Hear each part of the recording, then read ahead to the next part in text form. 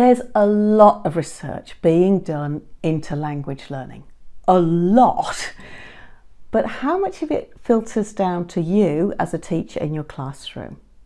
Well, unless you're doing an MA or something similar and have access to a university library, the answer probably is not much, because the majority of it is behind high paywalls in academic journals. But you can get access to quite a lot of interesting and useful research, and I'm going to show you in this video 5 different places to do that. I'm Jo Gakonga. I'm a teacher educator, a CELTA trainer and assessor, and I run a website at elttraining.com with lots of useful material for trainees and teachers a bit further down the line. I also worked for 7 years on the MA TESOL at Warwick University, and I've just completed a PhD, so I have got quite a lot of experience in reading research papers. Now, you might be thinking that academic research has little to do with the classroom, and it's true that some papers are written in what almost seems like a foreign language and are almost like treacle to read. But there's also a lot out there that's interesting and accessible and useful and free. So let me show you how to find some of that. First up, ERIC, the Education Resources Information Centre. This is a brilliant archive for finding research, and I've found it actually much more helpful than Google Scholar, because Google Scholar tends to throw up older papers because it throws up the more popular ones. So ERIC tends to throw up things which are more recent. There are a couple of tricks to know here. When you use it, the first is to tick this box before you search so that you can get full text free articles.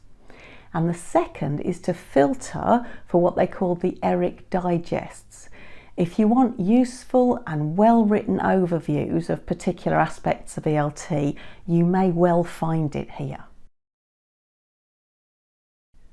Number 2 is the Elt Journal. Now, as I mentioned before, academic journals tend to have paywalls, and the ELTJ is no exception, but there are some articles here which are free to read, and they're definitely worth a look. So check out the editor's choice, where there's a free article from every edition, and also these articles on key concepts. I really recommend these as a starting point to anything that you want to learn about within these parameters. Number 3 is the TESOL Academic. So moving on from journal articles, if you'd like to actually see and hear some noted academics talking about their work in their own words, then the TESOL Academic is probably for you. So there are a range of talks from all sorts of people, very eminent people in some cases, and they're on issues which are relatable to the classroom and to improving learning. If you're feeling that you'd like something a bit lighter and maybe more practical, then I've got 2 other resources for you too. These are largely written by teachers who are still in the classroom and working teaching. The first is the Humanising Language Teaching magazine. It's published for free by Pilgrim's Language School, which has a reputation for innovation and a sort of humanistic approach. A lot of the big names in our industry have worked there or contributed to this magazine, so there's some fantastic, really interesting material in there too. Again, it's all free. And it's also got some great lesson ideas, so don't miss those.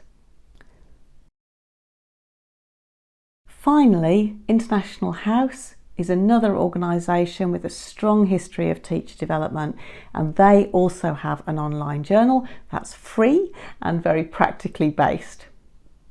If you want a recommendation here, then try this article on stories and language teaching by the master storyteller Andrew Wright. I said I was going to give you 5 sources, and I've done that, but it seems to me that no talk about anything at the moment is complete without some mention of artificial intelligence. So I asked ChatGPT to give me some suggestions for articles to see what it would throw up. I specified acquisition, just for no other reason than it's just an example, and this is what I got. Now these seem pretty reasonable to me, but when I asked it for articles that were available for free, I tried all the links and they were all broken. So I guess there is still some work to do there. I hope that this has been useful and has given you some ideas and maybe some inspiration.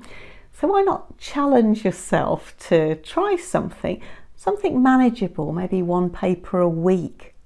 You could maybe team up with a colleague, read the same paper and discuss it. You might be surprised by how much you get out of it.